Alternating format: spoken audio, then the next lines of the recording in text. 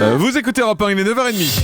Le journal des médias avec Thomas Joubert. Bonjour Thomas. Bonjour à la une ce matin. France 3 tient à rassurer Julien Lepers et Georges Pernou. Nathalie Péchala met les choses au clair avec Alizé et Fais pas ci, fais pas ça revient ce soir sur France 2. On commence donc avec la mise au point de France 3 après les rumeurs de remplacement de certains animateurs. Je vous en parlais hier matin dans une interview d'Anna Astier, la directrice des programmes de France 3, disait vouloir moderniser certaines marques comme Question pour un champion, Thalassa ou Plus belle la vie et d'évoquer des changements de rythme ou d'animateur. Une petite phrase qui a lancé les rumeurs de remplacement de Julien Lepers ou de Georges Pernou. Mais marche arrière toute hier, la chaîne a été obligée de publier un communiqué pour assurer que les deux présentateurs restaient en place. La modernisation de leur programme concernera essentiellement la réalisation ou le rythme. Mais on y reviendra bien évidemment avec nos téléflingueurs dans quelques instants sur Europe 1. Nathalie Péchala tente de faire taire les rumeurs de tension avec Alizé. Souvenez-vous, nous avions été les premiers à vous révéler que la jalousie maladive d'Alizé était à l'origine de l'abandon de son compagnon Grégoire Lyonnais qui dansait avec Nathalie Péchala dans Danse avec les stars. La patineuse avait donc changé de partenaire. Hier sur son compte Twitter, Nathalie Péchala a tenu à mettre les choses au clair. Il n'y a aucun malaise entre Grégoire Lyonnais, Alizé et moi. Tout roule. Un signe d'apaisement alors que les rumeurs de mésentente sont reparties samedi soir lors de la finale de Danse avec les stars. Traditionnellement, c'est le gagnant de la saison passée qui remet le trophée au vainqueur, mais samedi soir, Alizé bizarrement a passé son tour. C'est M. Pokora qui s'est chargé de la remise du prix. Alizé, Grégoire Lyonnais et Nathalie Péchala qui se retrouveront tous les trois sur la tournée de Danse avec les stars qui commence dans quelques semaines. Et puis c'est le grand retour de la série Fais pas ci, fais pas ça ce soir sur France 2. Une 7e saison absolument formidable avec de multiples rebondissements chez les Lepic et les Boulets. Ne manquez pas le 2e épisode ce soir tourné en Guadeloupe, c'est savoureux. Cette 7e saison ne compte que 6 épisodes car il est de plus en plus difficile de réunir tous les comédiens. Alors si une saison 8 est déjà en préparation, le producteur de Fais pas ci, fais pas ça, Thierry Bizot, nous révèle en exclusivité qu'il réfléchisse déjà à une fin définitive de la série. Chaque année, on se dit que ce sera la dernière saison. Ça fait 6 ans qu'on se dit ça. Donc on fait chaque saison comme si c'était un peu la dernière. Mais voilà, on a des comédiens qui adorent la série, qui sont très fidèles, mais qui sont pris par des projets fantastiques de leur côté. Effectivement, on se dit que ça va forcément s'arrêter un jour, même s'il y a beaucoup de situations et que plus les enfants grandissent, plus les situations se compliquent. Mais disons que l'éducation des enfants va bien finir par se terminer.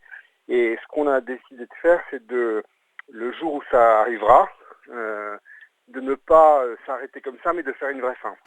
Bah oui, ça serait mieux quand même, parce qu'autrement tout le monde sera frustré, je pense. Exactement. Le jeu Pyramide revient en quotidienne à partir du 22 décembre sur France 2. Oui, le jeu présenté par Olivier Mine va prendre la place de Face à la bande de Jérémy Michalak tous les jours à 18h pendant les fêtes. On ne sait pas encore si Pyramide restera à l'antenne en janvier, puisque France 2 prévoit de lancer un nouveau jeu intitulé Joker, toujours présenté par Olivier Mine.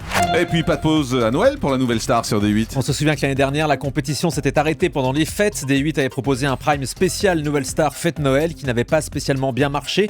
Du coup, cette année, l'émission ne s'arrêtera pas. Le jeudi 25 décembre, D8 diffusera le 5e épisode des auditions.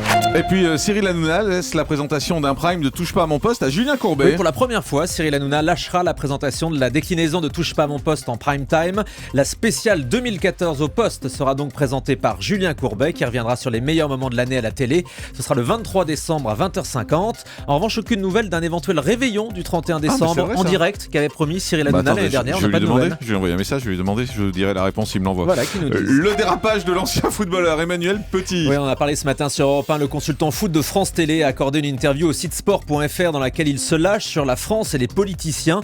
La France est hypocrite et lâche, dit-il. Parfois, je me dis qu'en ayant été envahi par les Allemands, on serait mieux dirigé qu'aujourd'hui.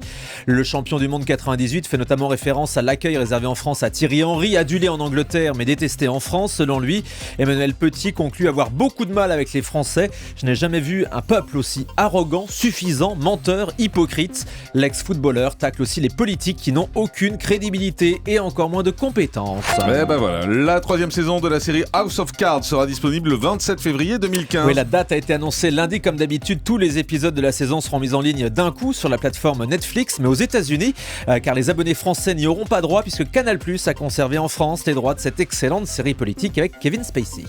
Et puis le Téléthon inaugure le don via Twitter pour l'édition 2014. Le Téléthon qui commencera vendredi est grande première. Vous pourrez faire un don en envoyant un simple tweet. Pour ça, il faudra charger l'application S-Money sur son téléphone et rentrer ses coordonnées bancaires. Ensuite, vous pourrez donc envoyer un tweet en mentionnant le compte Téléthon France et en précisant le montant de votre don. Et je vous rappelle que vendredi matin, nous serons en direct du plateau du Téléthon installé sous la Tour Eiffel de 9h à midi. Et puis on a appris la mort de Jean-Marc Lèche, le coprésident d'Ipsos. Jean-Marc Lèche qui intervenait régulièrement dans les médias, notamment pendant les soirées électorales. Il est décédé hier suite à de graves problèmes de santé.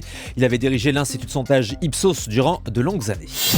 Allez, on termine avec le chiffre du jour. 1,38 million d'euros, c'est la forte somme que Dailymotion va devoir payer à TF1. La Une avait attaqué la plateforme de vidéos sur Internet pour lui demander de retirer des extraits du spectacle de Gad Elmaleh dont elle détenait les droits. Dailymotion a donc été condamné en appel pour contrefaçon, parasitisme et concurrence déloyale. Merci Thomas. Le grand direct des médias, Jean-Marc Morandini.